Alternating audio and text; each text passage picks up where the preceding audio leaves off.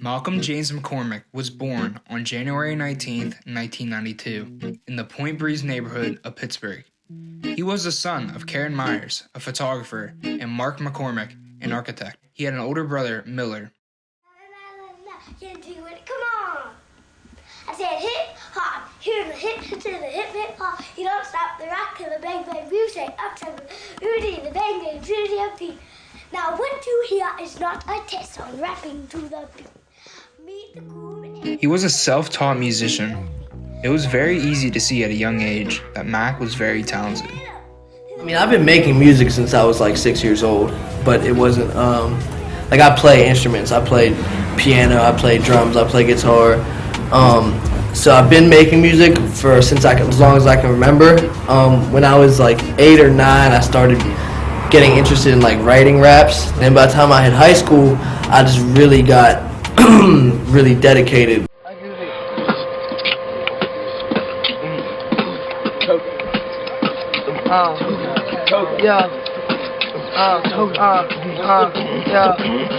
On the bus sitting here in a toga. I ain't God, but you can call me Hova. In the Range Rover, never sober. To be 14, it was kind of like, that's all I really wanted to do. Like me and my homie just kind of chilled in the attic, didn't go out anymore, didn't do like the regular high school shit. And I just started rhyming every day. He originally went by the name Easy Mac and released the mixtape But My Mackin' Ain't Easy in 2007 at the age of 15. Easy Mac raps looking sensational, fooling fools out their shoes like the 1st of April. I'm aiming low, with words guaranteed to make them fold. I'll be remembered next December, but your name will go. My name remains rhyme sent to you. What point in the career did it go from Easy Mac to Mac Miller? Early in the career.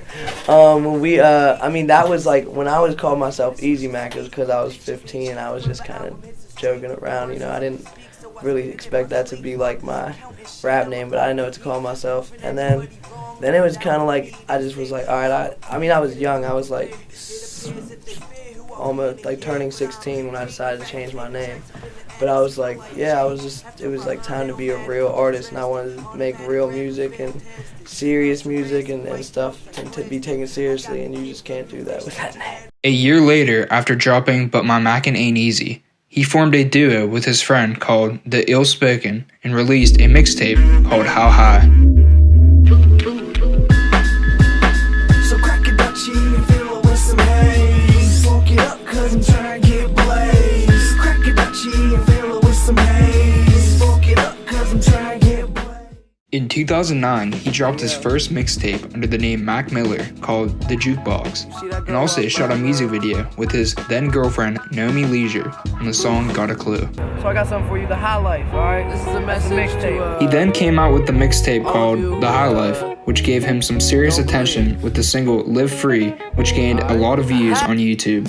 They gon' try and bring you down, hating's what they do, but you gotta keep a smile. Stay up on your move, live free, live free, live free, live free, live free, live free, live free. Later that year, he went to his senior prom and then graduated from Taylor Alderdice High School in 2010. Later that summer, Miller signed with the independent label Rostrum Records in July 2010. This led up to his mixtape, Kids. Could you describe how you developed your relationship with Mac Miller? Yeah, that started probably 4 years ago. Benji started Rostrum Records, and it was a time where Wiz was going off of one major to another major. Yeah, Rostrum Records in this bitch. Yeah. Wiz Khalifa at this time was beginning to get pretty big. His mixtape, Kush and Orange Juice, caught a lot of attention at this time, but he was working with both Rostrum and Atlantic Records, switching back and forth. Rostrum really started out as having an act by the name of Denora, which was a rock band from Pittsburgh. While Wiz was, like I said, kind of going back and forth. We distributed some mixtapes that were cleared, pre-cleared mixtapes for Wiz, and then, Benji came along and said, I have this kid, Mac Miller, that, is garnering some attention because of what was going on with his mixtapes and the shows that he was, doing in colleges and whatnot across the country. So, that plan was really, because the blogs knew about it and obviously had a fan base, it was really kind of getting that retail story started. By that point, Miller started attracting interest from other record companies, but chose Rostrum due to its location in his hometown in association with Wiz Khalifa. Yeah, Rostrum fucking took shit to the next level, hell yeah, and because of Wiz's success and all that shit, there was a lot of opportunities and there was, you know, there was money and financial backing, but like I said, bro, I was gonna do this regardless. 5, 4, 3, 2. Someone wrote, I already got it.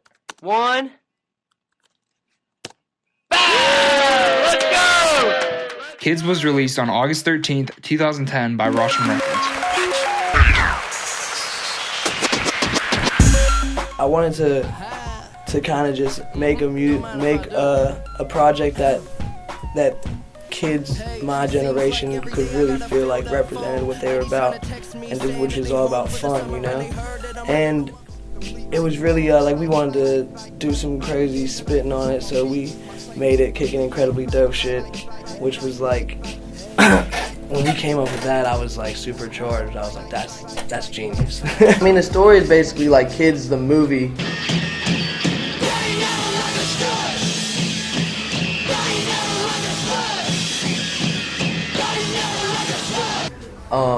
Is a movie that came out in '95. When I was younger, I saw that, and I just remember thinking like, damn, man, like, this is some crazy ass kids. One thing I saw with Kids was that it really, not that my life is that crazy and twisted and disturbed, but like I saw that life's like real. Like you watch that movie and you really feel like those kids aren't actors. They're like, you just feel like it's a documentary. So with the mixtape, I kind of like wanted to do that through music. Miller broke through with a focus on social media engagements, digital sales, and persistent touring due to a lack of radio airplay for mainstream features. That YouTube run? Yeah. Dog. One of my best friends in the world is dude who's done 32 of my videos. You know, Ian Rex Arrow Wolfson, and like when I was 16, he was working on independent films, and he just was like, yo, I'm down to shoot some videos. So like I was able to be on the internet with what looked like very professional videos. Yes. You know what I mean? Yeah. At a young age. It so I'm looked blessed. as if you had a huge backing. Yeah, which, bro, like that's the thing is like, man, now I'm shooting videos and seeing budgets and I'm like, whoa. Back then, like we were making, you know what I mean? Like we were making everything for like $5 grand, maybe. Not our money, like I had Rostrum, but like we, right, but still. Mac was featured on the XXL freshman class list of 2011 alongside 10 other rappers, including Kendrick Lamar and Meek Mill.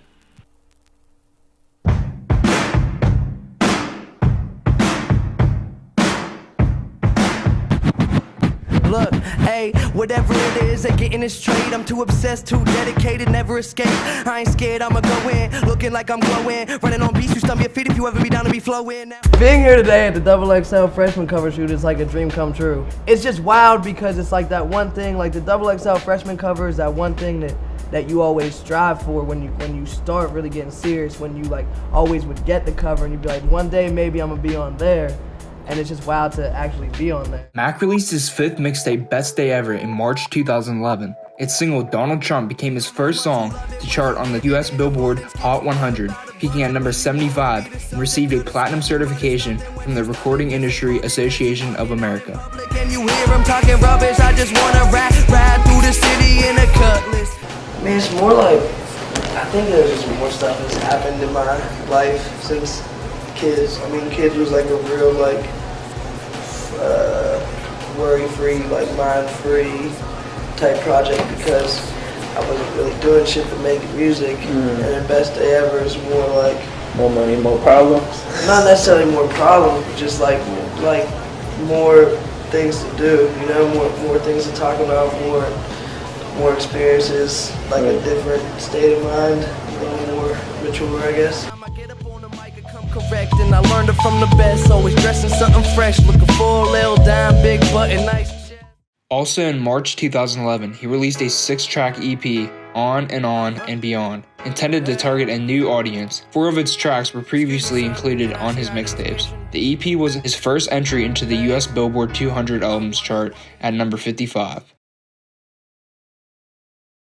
Alright, man, we're on a quest to find Mac right now. Come along for the journey, man. What's up, Will? Yo. Yo. Where's Mac at? He's over there. What? He's over there. Yeah.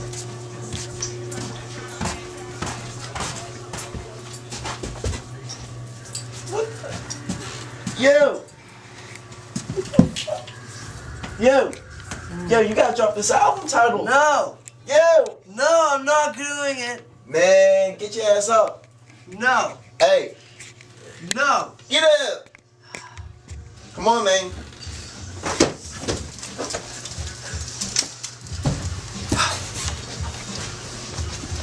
What? Public service announcement. All you other rappers out there, time to catch up to what I'm doing.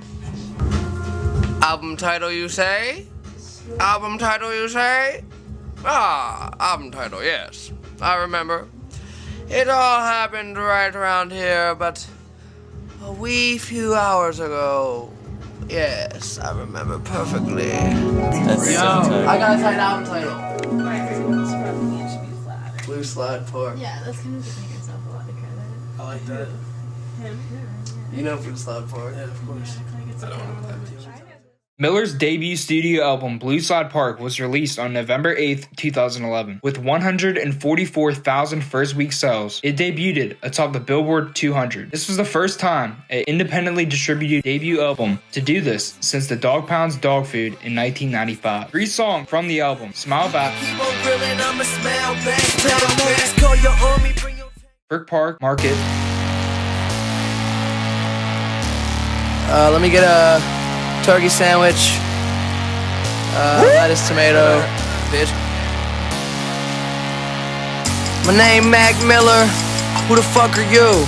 Well, my crew too live, but I ain't Uncle Luke, and I ain't no hipster. Girl, I can make your hipster from Pittsburgh, smoke papers over a Swisher. I still get sandwiches. It's a deli. It's a deli, and what happened was in my neighborhood, Point Breeze, where I grew up, there's this place called Frick Park Market, and it's been around for ages. Like, I'm talking like, there's pictures of this building when it's like horse and carriages. Like, it wasn't called Frick Park Market then, but you know what I'm saying? It's been around for ages, and that's always been the spot. You know, when you were young, and we used to like play football till 9 at night. We would go there and get slushies, and it's always just kind of been the spot we go to, and basically the spot we like to get food, and it's just like my neighborhood spot. And I was sitting there, and that's actually the last jam I recorded for the album, I believe, right? No, it's not. One of the last jams. And I was like, I really want a song called Frick Park Market, just kind of like about, you know, just everything you need right there at the market. Party on 5th Ave charted on the Billboard Hot 100.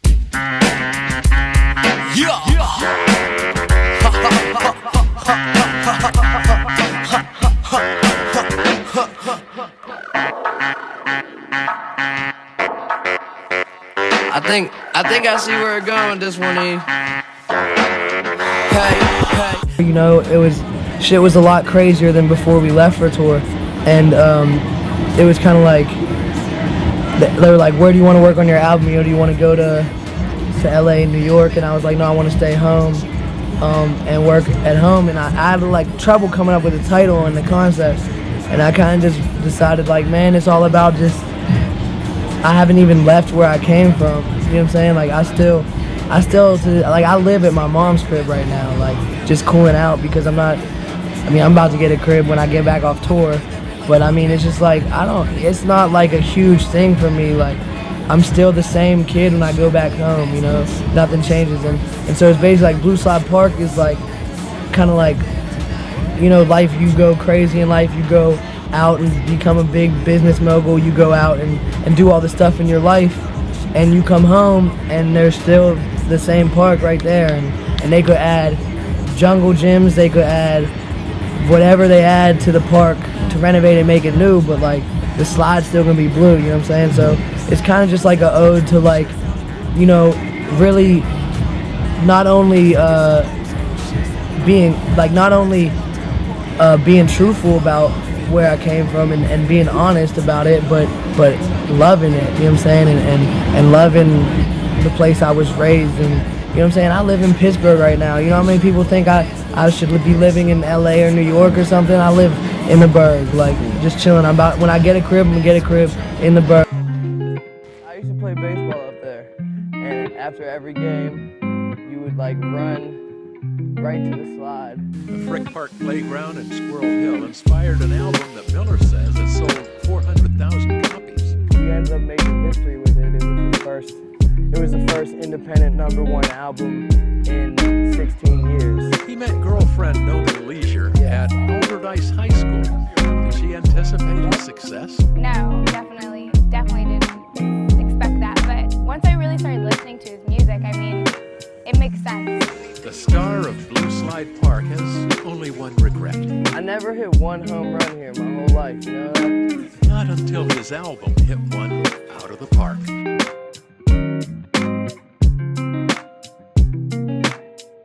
Hey guys, I hope you enjoyed the video. This was the first project I ever created that was like this long, and I just would love to have some of your guys' feedback on how you felt about the video, so feel free to comment below.